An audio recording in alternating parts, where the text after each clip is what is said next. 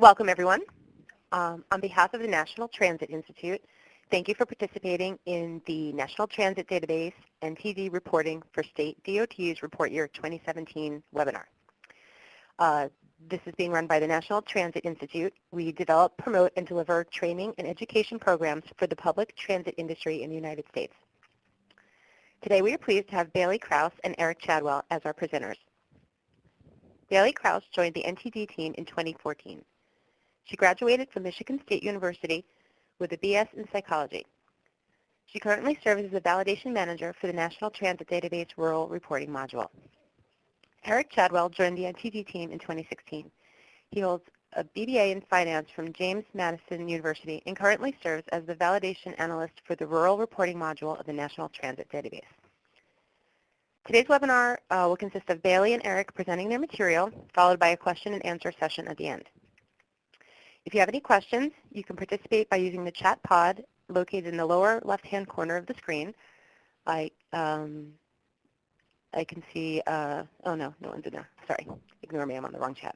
I will be monitoring the chat during the presentation and noting what slide your question came up on so we can go back and address your questions at the end. If you have not already printed out a copy of today's presentation that was emailed to you, you can click on the handout in the upper left corner where it says handouts, and that will download it. Or you could copy and paste the link to the handouts in the notes section, which is directly under the handout section. So lots of options. You can also email Andrea Lambert in our office here, andrelam@nti.rutgers.edu, and she will be happy to assist you. I will now turn the presentation over to Bailey and Erik.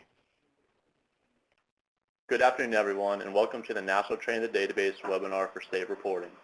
My name is Erik Chadwell, and thank you very much for joining us today.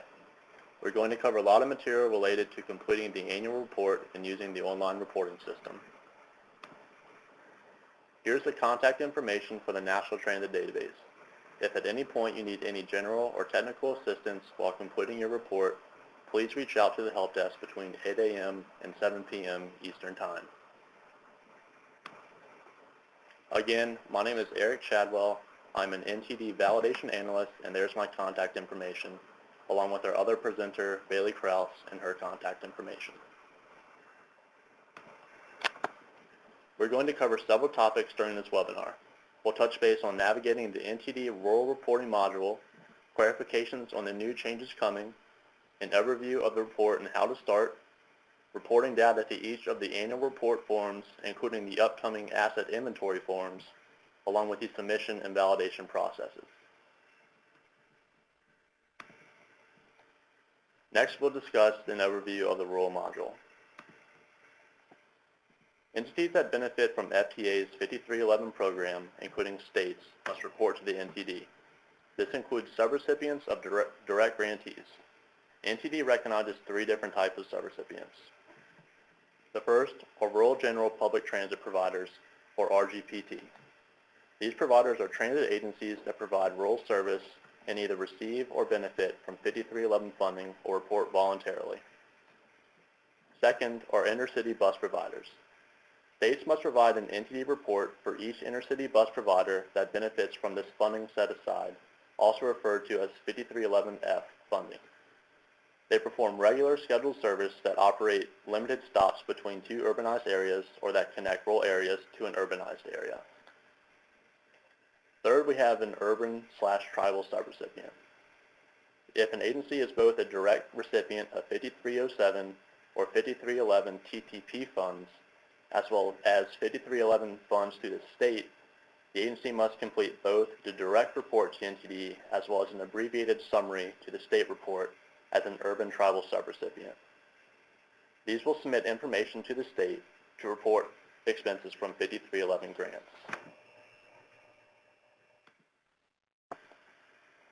Agencies are required to report to NTD if they receive or benefit from 5311 formula grants.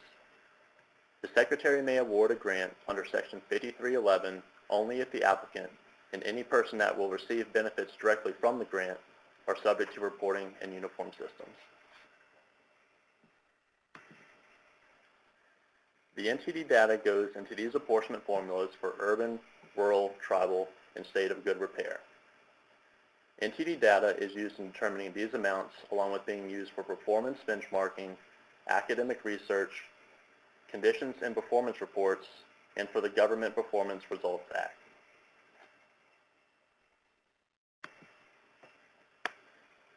Agencies need to report all assets and expenses associated with public transit services, either directly operated by the agency or operated through a contractor.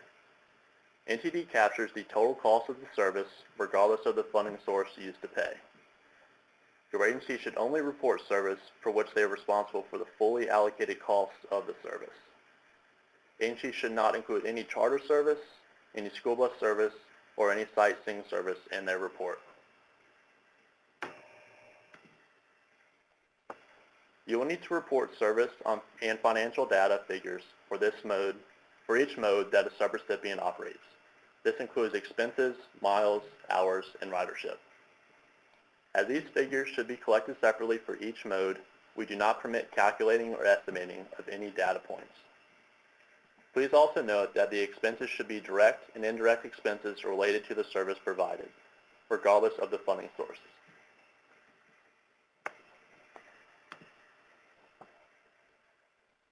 These are reporting deadlines for NTD reporters. Agencies will typically have 4 months following the end of their fiscal years to compile and report their NTD data. If your fiscal year ends between January 1st and June 30th, the NTD report will be due on October 31st. Please note that this is the first year with this due date rather than the November 30th due date as in previous years. If it ends between July 1st and September 30th, it is due by January 31st. And if it ends between October 1st and December 31st, it will be due by April 30th. Please. Next, we will discuss the changes coming for next report year. Please refer to the USOA document listed here and on our website for clarifications on reporting. Also note that rural reporters will report their financial information on the RR20 instead of the full reporter financial forms like the F10.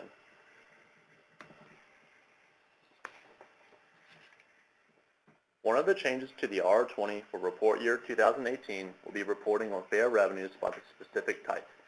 These are passenger-paid fares or organizational paid fares, and the removal of the donations line item. As mentioned, the fares will be split into 2 classes. Passenger-paid fares are the fares paid by the riders that come aboard the transit vehicle. Some examples of full adult fares, senior citizen fares, and student fares. Organizational paid fares will now capture fares earned from organizations for providing transit service.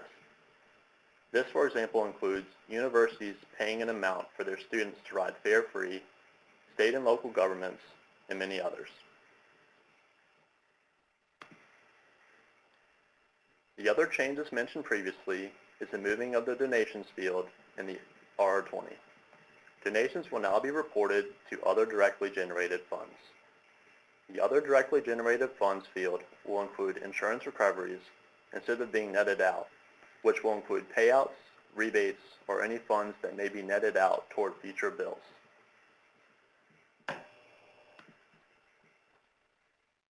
Next report year 2018, the asset inventory reporting is required. State DOTs are required to sponsor a group TAM plan for all Chapter 53 funding subs which are not 5307 subrecipients.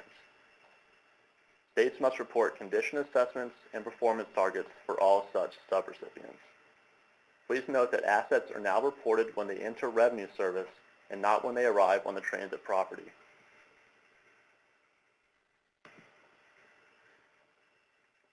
Here we can take a look at the transit asset management phase-in schedule. Looking ahead to report year 2018, you should have already set internal targets for your organization, which will be reported on next report year along with the condition of the vehicles.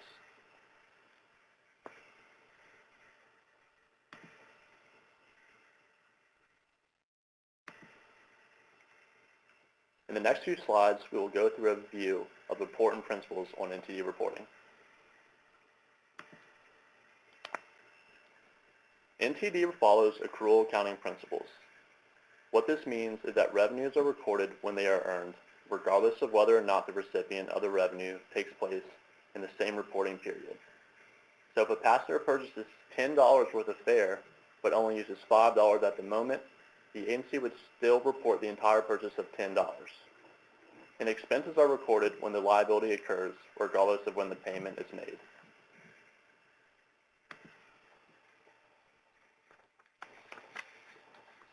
Total expenses will be broken down between operating and capital expenses.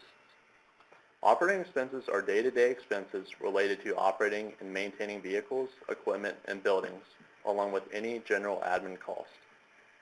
Some examples of these operating costs are fuel for the vehicles and salary, wages, benefits for transit-related employees, along with the rest listed here.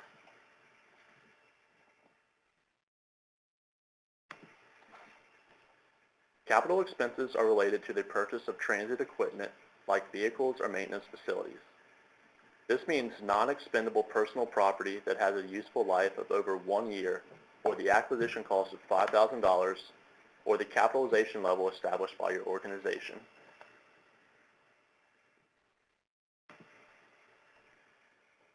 If an agency operates more than one mode, the total amount of operating expense must be reported as direct and indirect by mode. Direct expenses need to be reported to a particular mode. These can include bus passes, labor or fuel costs, and indirect expenses like maintenance costs for shared vehicles or building maintenance costs need to be determined aside from direct expenses. Once direct expenses have been identified, they can be allocated between the modes involved based on a reliable service data point, like VRM, UPT, VRH, or the number of employees.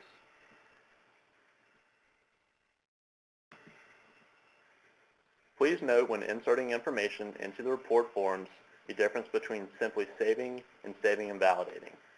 The Save button only saves the data in the form, and other information can be inserted later. Save and Validate saves the form and applies validation to the data reported. Once it is validated, the form will turn from red to green and validation issues may appear.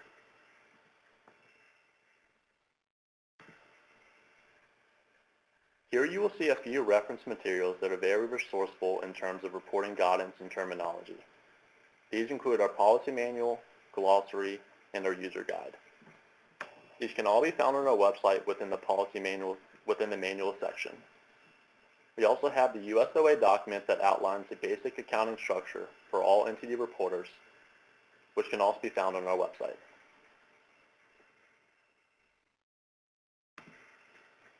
Now we will touch on the NTD system overview.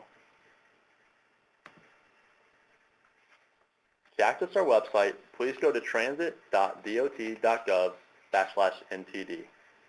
Here you will find the links to our manuals previously mentioned and a link to the reporting system on the right-hand side. If you get to our reporting system and do not remember your password, you can click the Forgot Password button on the main screen. You will receive an automated email generated from the system that will allow you to create a new password. Remember, the link will expire within 15 minutes. If a user is not logged into the system for 60 days, their account will automatically lock. The user will still be able to log into the system, but will not be able to see any of the usual options under the different tabs. The user should receive email warnings prior to the account locking, 15, 10, and 5 days prior to the locking, along with an email informing them that the account has been locked.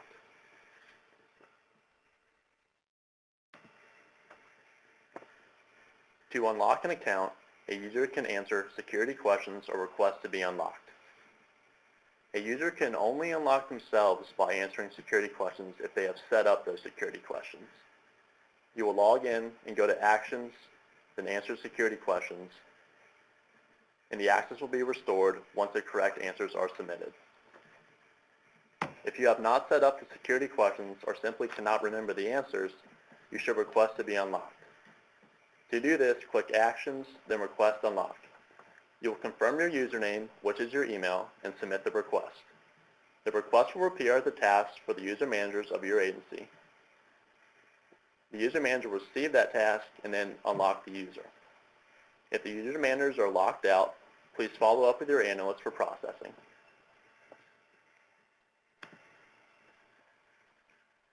To create your security questions, you will navigate to your user profile dropdown at the top right of the screen. Select Profile, Related Actions, Manage Security Questions, and then complete the form.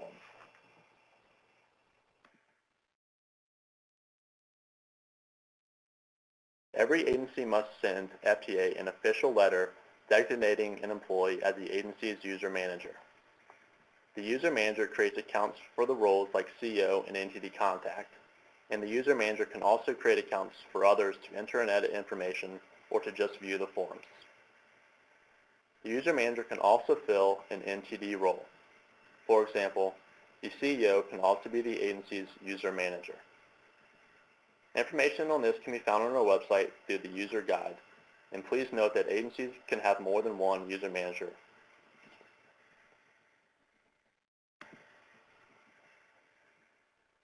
As mentioned, the user manager is the only one that can edit users' contact and role information. To do so, click Records and select the Users button to complete the search. You will select the user's profile and go to Related Actions. This will allow you to edit their profile, manage their roles, or deactivate them from the system.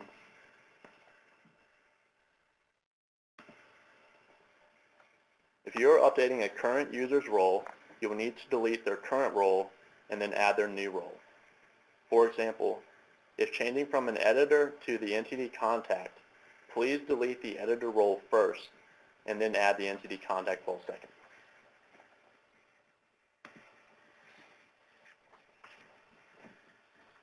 Here you will see all the permissions that each NTD user role entails. The CEO and CEO delegates can create a report or request, such as a waiver or extension request. They can create, review, and edit all forms and issues, and they can both submit the annual report package. The CEO can also create the request for the CEO delegate for pending approval. The NTD Contact can view and edit all forms and issues, as well as submit the annual report package after the first submission. Editors can only view and edit all forms and issues, and viewers may only view the current data in any issues. Here we will touch on self-reporting subrecipients.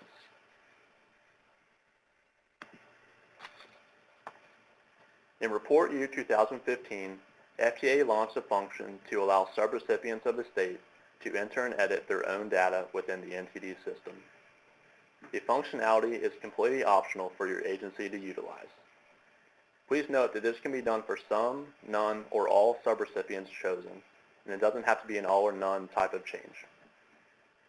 This will allow them to just save and validate the forms, but not submit the report. This will still be up to the state, but if granted, the subrecipient should go to the state contact for assistance rather than straight to the NTD analyst.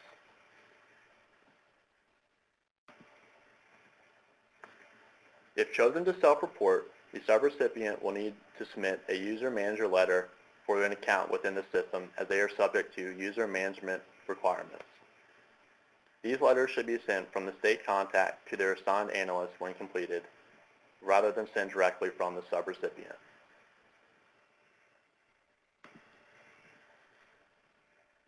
Now we will cover the first step related to the NTD annual report, which starts with the completion of the report year kickoff.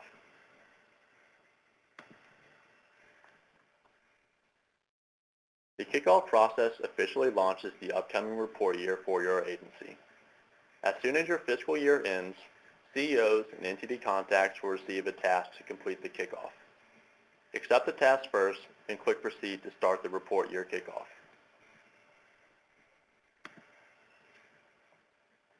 The first step is to update agency users.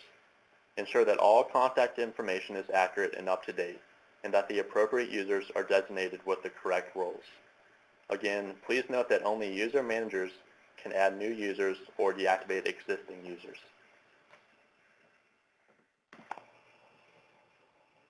The next step is to add or edit subrecipients. Subrecipients from the previous report year are going to be preloaded. Any new subrecipients can be added during this process.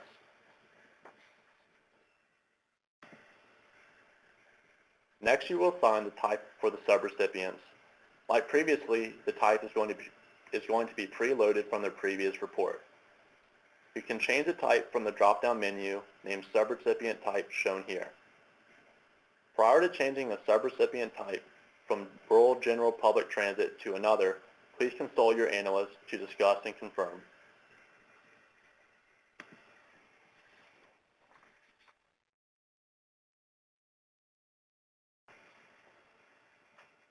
All Rural General Public Transit subrecipients will be marked as asset participants. If you have a reduced asset reporter, it will be preset as unchecked without the ability to edit.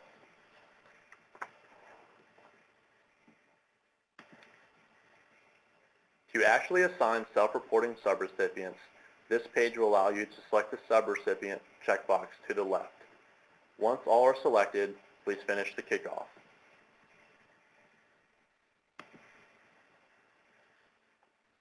After completing this kickoff process, reporting forms may take up to 3 minutes to generate. Click OK to end the task. Next, we'll discuss defining subrecipient modes. The two most common modes in the rural module are motor bus and demand response.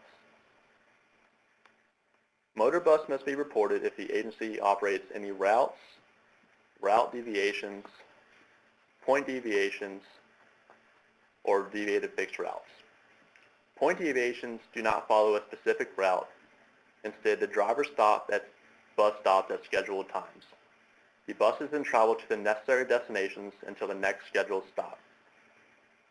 In deviated fixed routes, operate buses along a fixed route, but the buses may depart from that route to go to a specific location. This may include traveling to a residence, an employment location, school, or shopping area. The bus will then return to the route and continue to provide regular service. In shared ride demand response service is scheduled in response to calls from passengers or their agents to the transit system, who then dispatch a vehicle to pick up the passengers and transport them to their destination.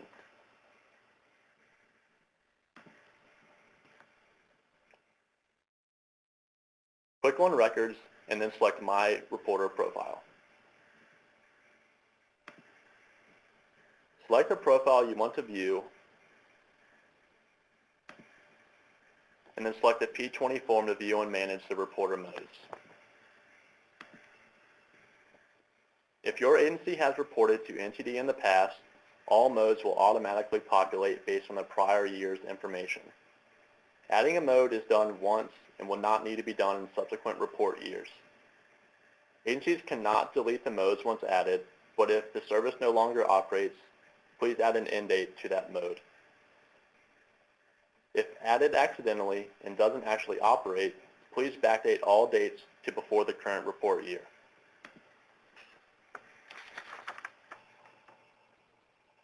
Select the mode and type of service, as well as these 3 dates. Examples of transit modes are bus, demand response, van pool, and several others. The type of service refers to whether the service is directly operated by the agency or purchased from another provider. The commitment date is when capital funds were first expended for that particular mode, for example, the first vehicle purchase.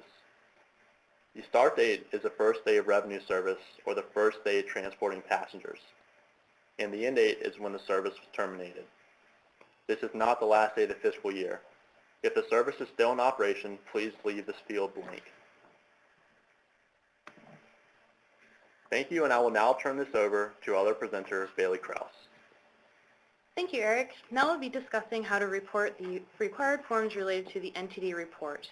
We'll cover each of the forms included in the annual report package first. There we go. We're going to start with the most common type of subrecipient, the Rural General Public Transit Subrecipient, often referred to as RGPT subrecipients. These agencies operate rural transit service and either receive or benefit from FTA 5311 funding. As a note, this type does not include agencies who receive 5307 funding, nor does it include tribal transit providers. The forms that may be familiar to you are the B10, the A10, the A30, and RR20. With the inclusion of the Asset Inventory module, the A15, Facilities Inventory, the A35, Service Vehicle Inventory, and the A90, Performance Measure Targets have been added. The A90 will appear on the individual subrecipient forms as a note, but it will not be editable. To update a report package, first you will click on the Records tab at the top of the page. You'll click on NTD Report Packages next. This will pull up a list of all state subrecipient reports. Select the appropriate link for whichever subrecipient you'd like to work on, or for the full list of subrecipients, click on the state report.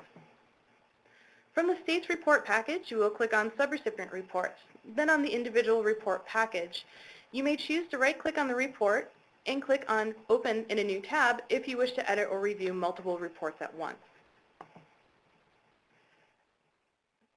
After clicking on the subrecipient's package, you will be taken to the report package summary page. To edit individual forms within a report package, select Annual Forms in the top right-hand corner.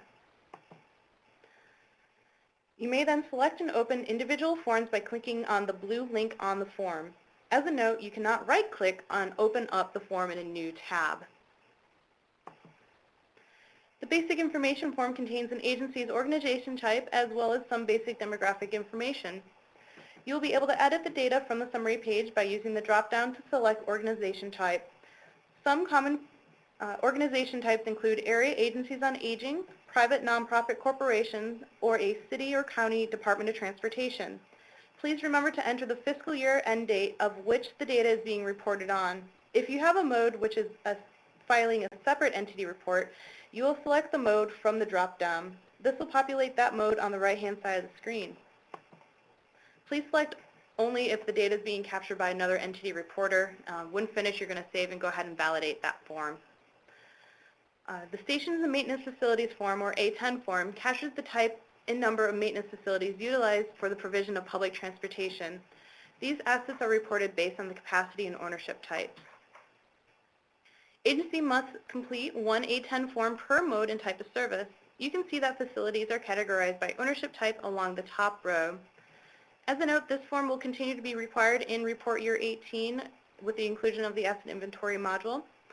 If one facility is shared by two or more modes, you may report a prorated share based on the number of vehicles it serves. For example, a subrecipient owns one facility, operates a demand response and fixed route bus service. Both modes share the facility and they own 20 vehicles total. The demand response mode runs 15 vehicles and the bus mode runs 5 vehicles. In this example, we would expect to see 0.75 reported in the demand response form and 0.25 on the bus form. Please note that if you use this prorated method, the sum of all facilities should always be a full number.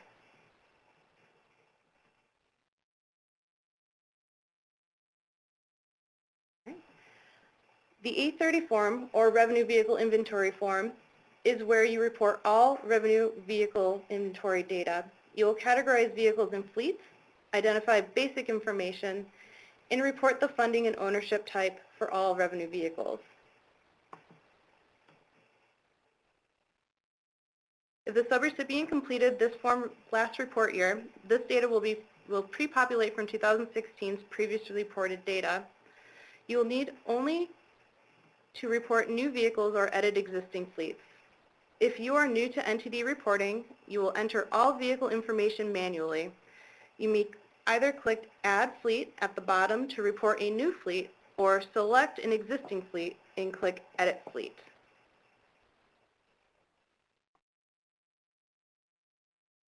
If you have multiple vehicles that are identical across all of these data points, you would then report them all together under one fleet ID. If the vehicles are different in any way, they must be reported as a separate fleet. You will select the vehicle type from a drop-down menu, report the total number of vehicles in that fleet, and the number of active vehicles. As a reminder, spares are included in the active vehicle count. Report the ownership type, funding type, manufacture year, vehicle length, which is end-to-end, and the seating capacity, which will include the driver's seat. You'll report who owns the vehicle title, which indicates whether the vehicles are owned or leased. Also, please report the primary source of funding for that fleet. We'll circle back to this form to talk about the new features shortly. After adding a fleet, that fleet is automatically assigned an ID number. This number is generated once you save the A30 form. I apologize for going fast at the beginning, everyone. A common question we receive is what is the difference between active and inactive vehicles? Transit agencies must report the number of active vehicles in the fleet as of the end of their fiscal year. Active vehicles provide regular service and include spare vehicles. Inactive vehicles are awaiting sale or disposal, are in storage, or are part of an FTA-approved emergency contingency plan, or are out for major repairs. Following up on the previous slide, please remember to retire fleets that are no longer in service rather than deleting them. Fleets should only be deleted if they were added to the mode incorrectly. To retire a fleet, you will update the active vehicle count to 0, and once that occurs, the question, "Is this fleet retired?" will appear, and you will select yes. After the applicable edits are made to the A30, you will go ahead and click on Save and Validate. Doing so will assign RVI IDs to any new vehicles and apply validation to the form. New to report year 2017, the Add Existing Fleet button will allow you to add fleets from other modes to the form. This will add an exact replica, including the RVI ID from the other mode, to the new one. This year, it is encouraged that all fleets exactly match between the modes, and you may have already received an email about this as well. This will assist in updates that will happen in future years with the asset module inventory becoming mandatory. There will be cases in which this feature will not work. For example, an SUV and bus are used for both a demand response and bus mode and are already added to the demand response mode. When going to add the vehicles to the bus mode, only the bus fleet will appear under the Add Existing Fleet feature, as an SUV is not a common vehicle used in the bus mode. In this case, the SUV will need to be added as Other, and the Use for Another Mode dropdown will be selected. These are some common validation issues we see during the report year. Again, if you indicate that a fleet vehicle is used for another mode, that fleet must appear on both modes' A30 forms with identical data. If you report new vehicles on the A30, we'd expect to see corresponding capital funding in your financial data unless there are special circumstances. You must complete all forms on the A30 without leaving anything blank.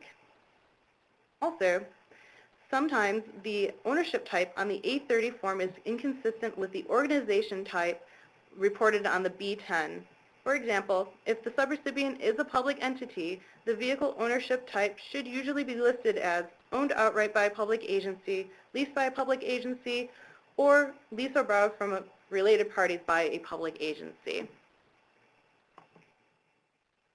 All right. The reduced reporting, or RR20 form, contains the highest volume of data in the NTD report. This is also the last form of the RGPT report package, as required in report year 2017. This form was modernized during the tail end of, of report year 2017 or 2016 to include the total funds expended by funding type at the top, which is the non-editable running total of the funding that you are entering. This should match the total funds expended by mode and type of service in most instances before you submit your forms, which, as you can see, is circled in red. Under the financial information section at the top, report the total annual expenses for the year based on the mode and type of service. This is the grand total of all funds expended for public transit.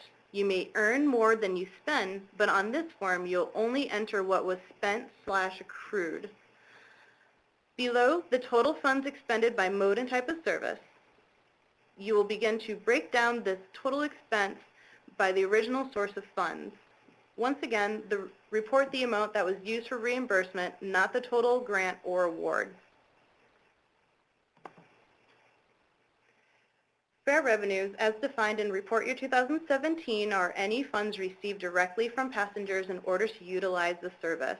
This can come in a variety of forms like cash, prepaid tickets, reduced or subsidized fares, and donations. When we talk about donations with regards to fares, we are talking about those that are made on board a transit vehicle at the fare box in lieu of a fare, and they should be classified as fares in this instance. All right, here are some examples of other directly generated funds. In addition, in RY 2018, this is where the donations and insurance recoveries will be reported, as Erik previously mentioned. Underneath that is going to be the revenues accrued through a PT agreement. Those will be reported if you receive revenues from another agency that pays the full cost of service you provide, as long as it meets the NTD definition of purchase transportation. All right. Below the other directly generated funding is going to be the non-federal funding section. You'll enter the data accordingly based on what funds came from donations, contract revenues, local funds, state funds, and other non-federal sources. Again, please be sure to report these funds based on operating and capital expenses.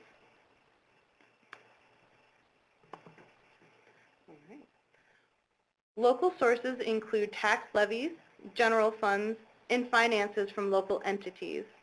State sources include, but are not limited to, state programs that support public transit and state portions of Medicaid. Please note that these do not include the Chapter 53 funds that a state passes through to a subrecipient. Next, you will select all applicable federal funding sources from the list of programs. The various FTA programs are broken down in detail. If the subrecipient expended funds from other federal grant programs, they would select other federal funds.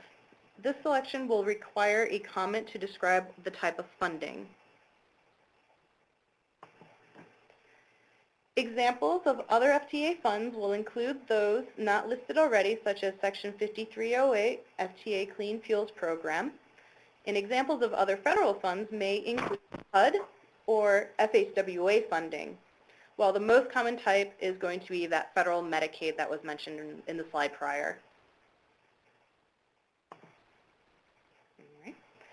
After the financial section in saving the data as you go, you will enter all resource, service, and safety data. If you do not have any volunteer drivers or vehicles, please make sure they are filled out with zeros, and the same goes for the safety data. If these are not filled out with zeros, you will not be able to submit the report. Miles and hours in that revenue section should only include the revenue service, which is when the vehicles are transporting passengers or are able to transport passengers, including layover and recovery time. Revenue service does not include deadhead, driver training, school bus or charter services, and vehicle maintenance.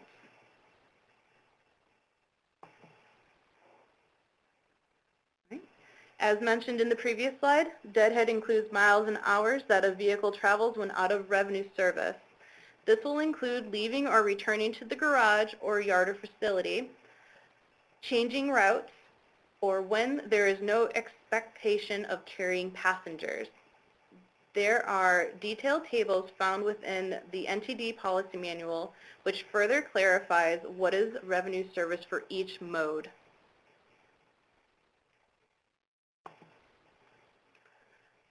Right. When reporting unlinked passenger trips, please make sure to include all riders. These riders are usually classified as regular or sponsored. Passengers are counted each time they board the vehicle, no matter how many vehicles they use from their origin to their destination.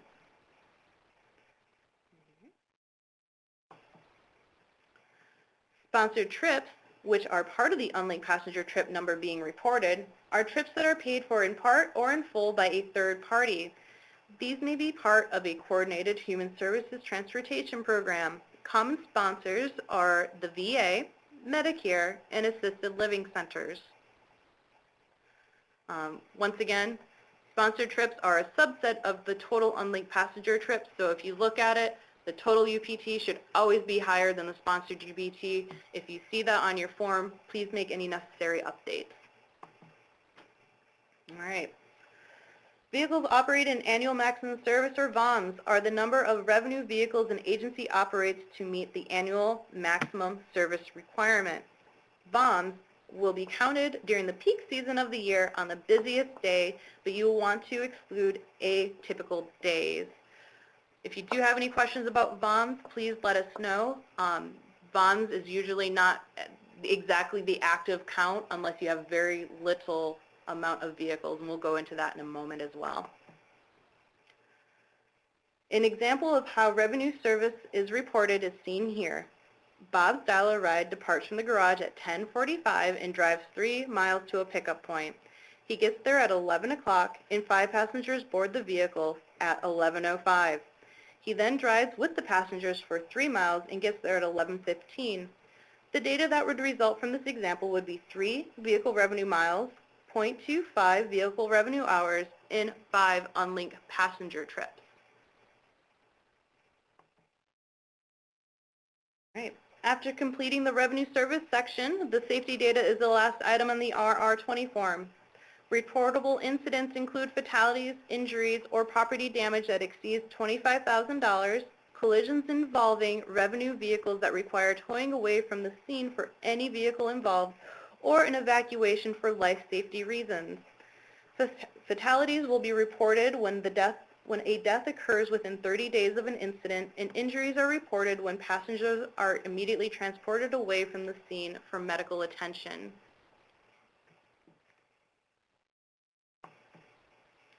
All right, so with this being the big form, there are usually some questions that people have.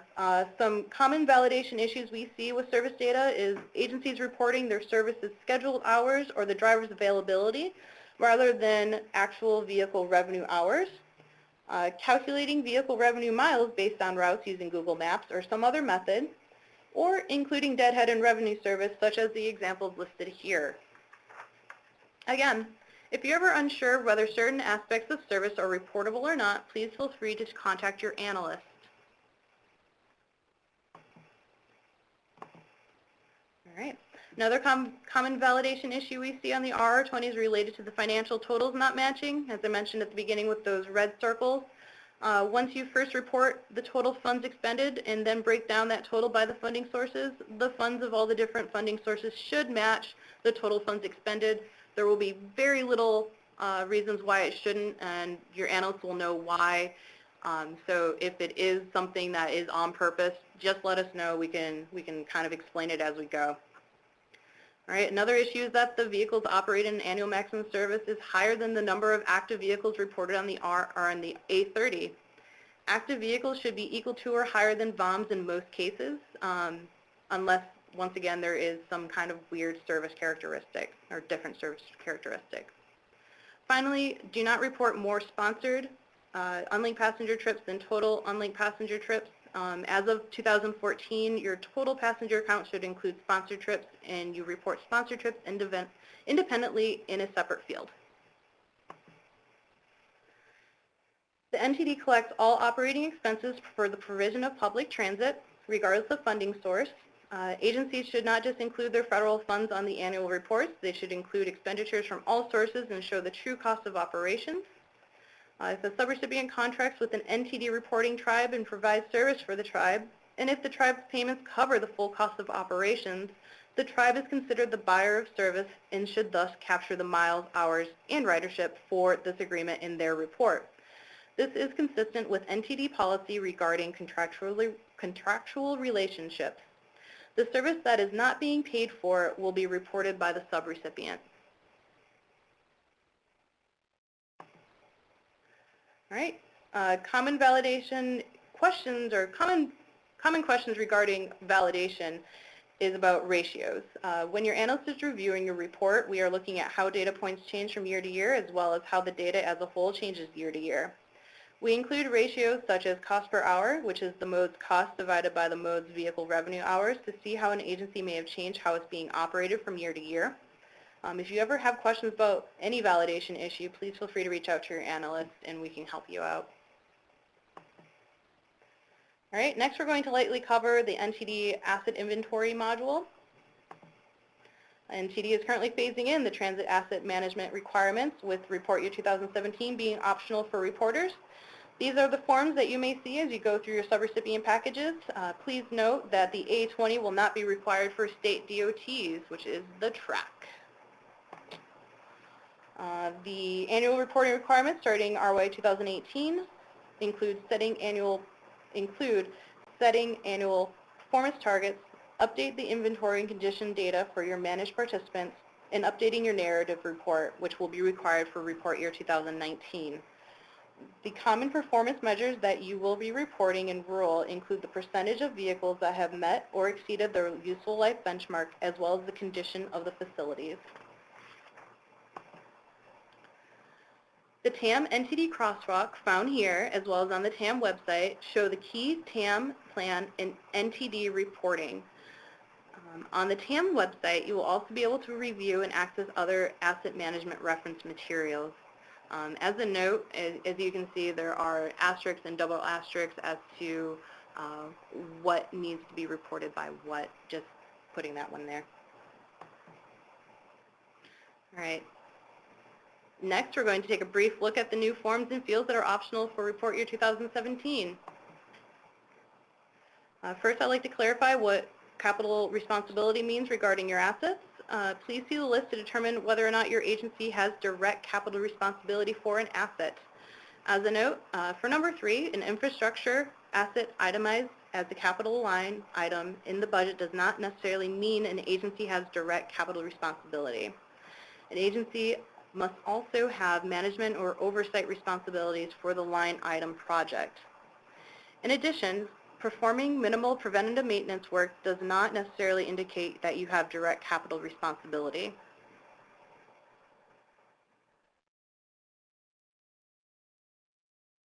All right. So the first new form is the A15 form, which is the facilities information form. The A15 form will collect basic information on administrative and maintenance facilities that are used to supply the public transit service.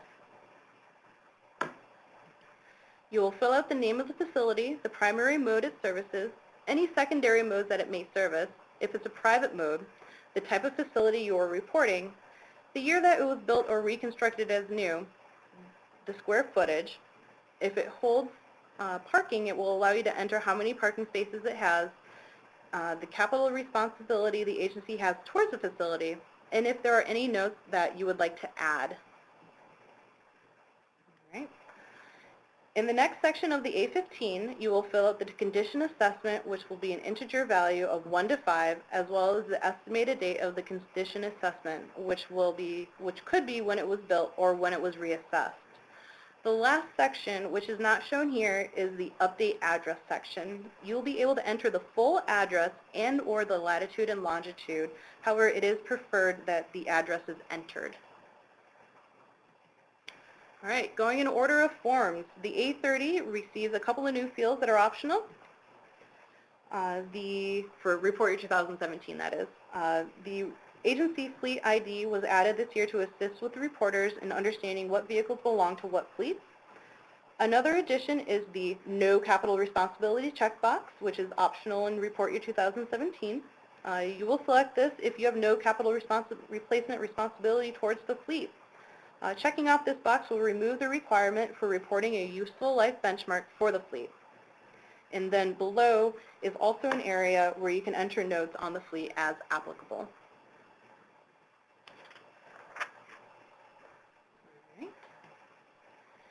All right. Shown below the notes section of the A30 will be the useful life benchmark section, which is required in report year 2018 for all fleets for which you have a capital responsibility. FTA has outlined a default useful life benchmark for each vehicle type. but transit agencies may adjust as applicable.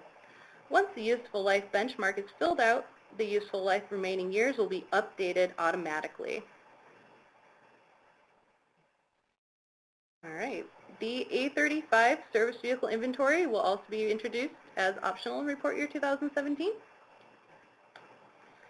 The A35 will collect on different types of service vehicles used to indirectly deliver transit service and maintain revenue vehicles.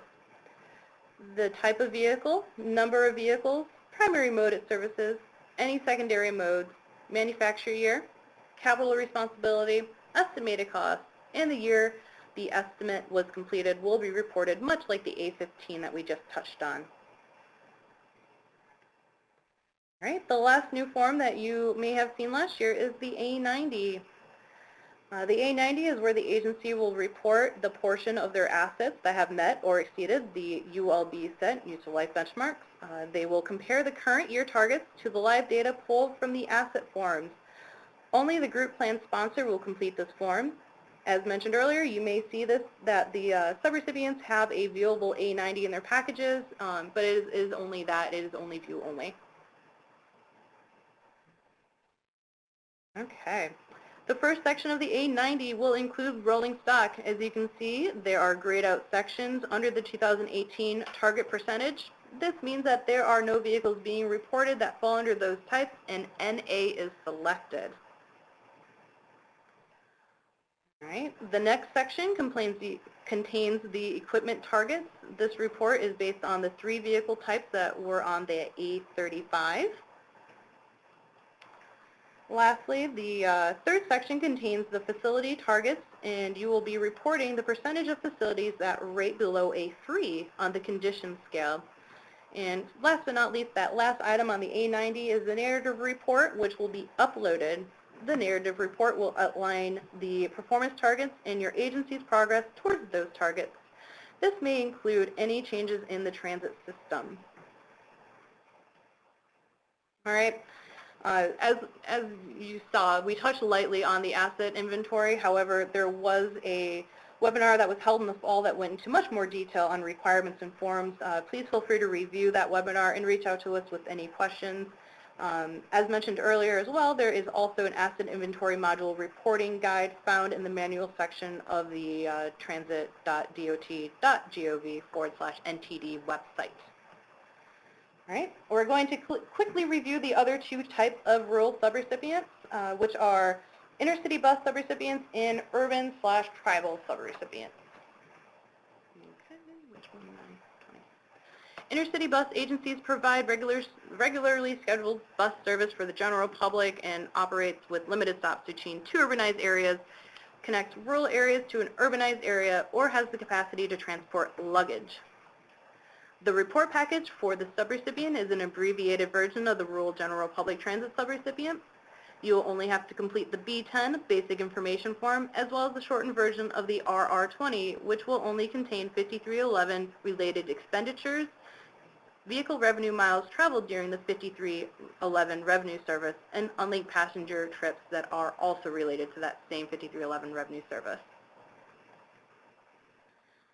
If an intercity bus agency only expends 5311 funds for planning purposes or capital projects and does not expend the funds for operations, you will not need to complete the VRM or UPT sections of the RR20. You would just be reporting the 5311 financial information.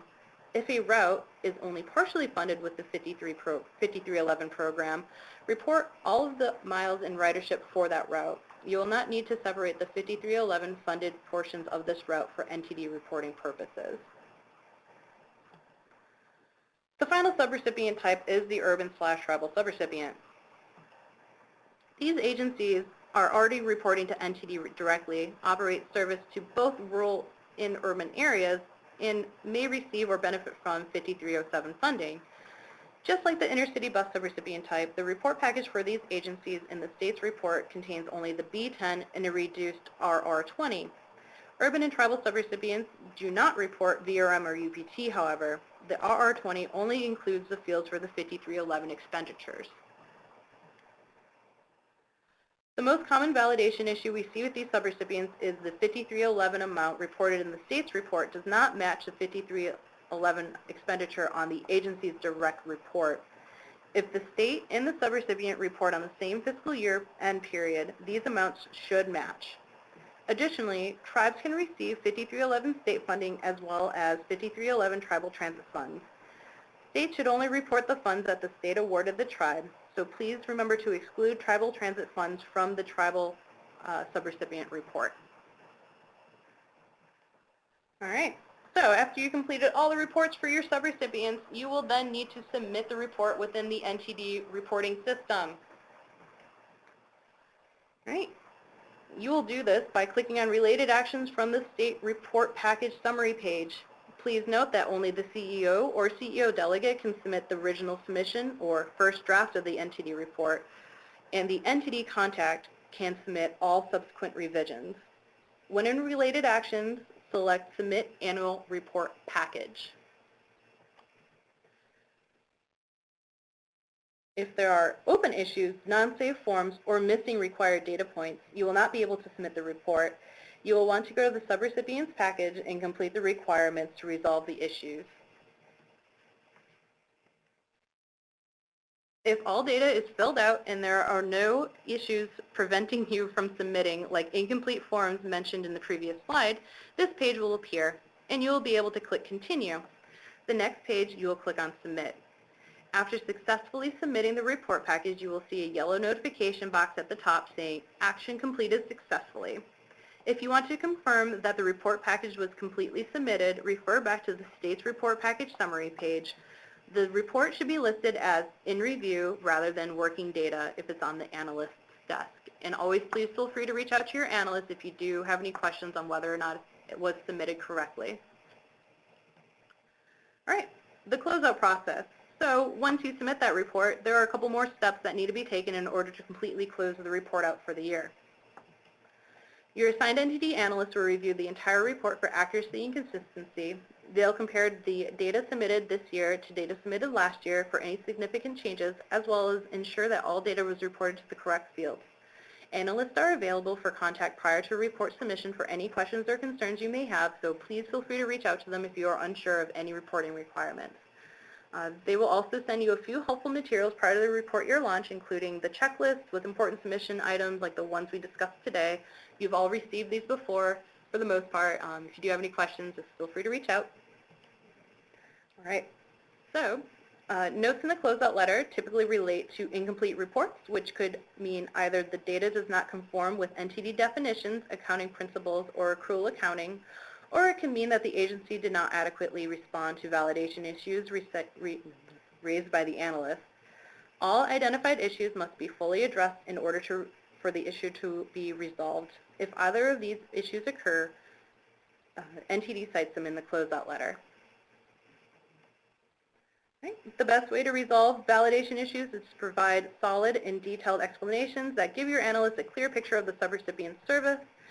Explain why the data changed year to year or what service changes took place to cause a significant shift in the subrecipient's data. If you find out that last year's data was wrong, please provide an explanation as to why it was wrong and why this year's data is correct. If possible, please make sure to provide what the data should have been in the prior year as well. Please note that FTA does not accept this explanation for multiple years. All right, so barring all that, you should be able to get closed out pretty easily. As we complete the report year 2017, you should already be in contact with your analyst. Your analyst is here to guide you through the submission and validation process, so please do not hesitate to get in touch with us if you do have any questions or concerns.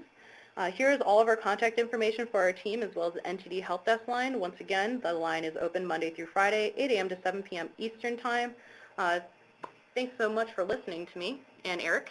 Appreciate it. I guess we will move over to questions now. Two came in. One is showing up in the everyone chat, and another one came in another tab. So we'll start with the one that's showing up.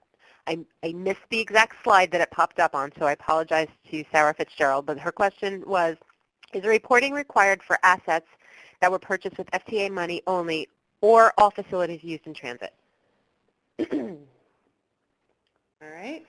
That is a great question. All maintenance facilities, admin facilities, parking facilities, passenger stations, rolling stock, and service vehicles must be inventoried in NTD.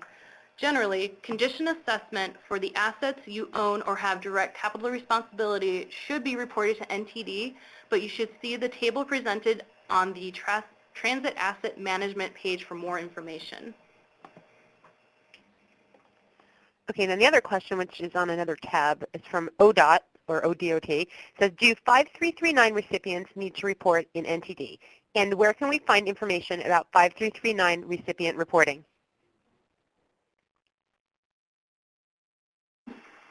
For asset reporting, yes. So, but for normal NTD reporting, like the 5311 type reporting where they report the miles and hours, no.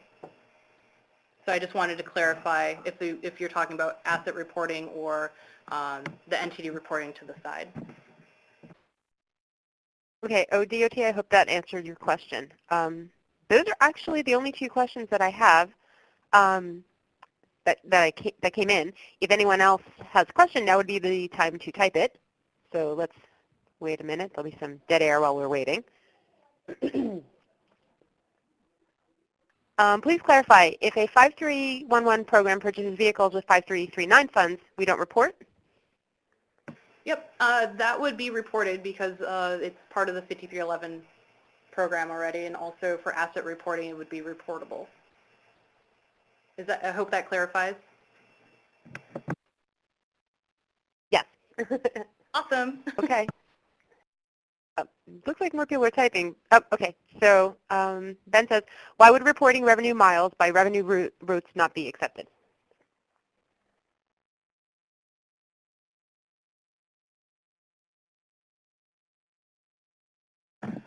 The requirement is to report actual service data.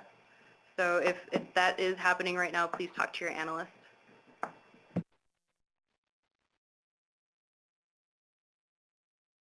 Okay. All right. We'll try again. Last call for questions. Going once. Going twice. If you do have any questions after we wrap this up, you have everyone's contact information on the slide that's on the screen and also in the handouts that were available. So, oh, thank you, Jeffrey Key says great presentation. So if you have questions, you can reach out to all the folks on the last slide there. So I guess that's it. I'd like to thank everyone for participating in the webinar. A special thank you to Erik and Bailey for their informative presentations. As a reminder, everyone should be receiving an email with a link to take a survey, an evaluation about this event. NTA greatly appreciates your feedback, so if you could just take a minute to fill it out, that would be fantastic. It's almost Friday, everybody, so have a great Thursday afternoon, and thank you for being here. Bye.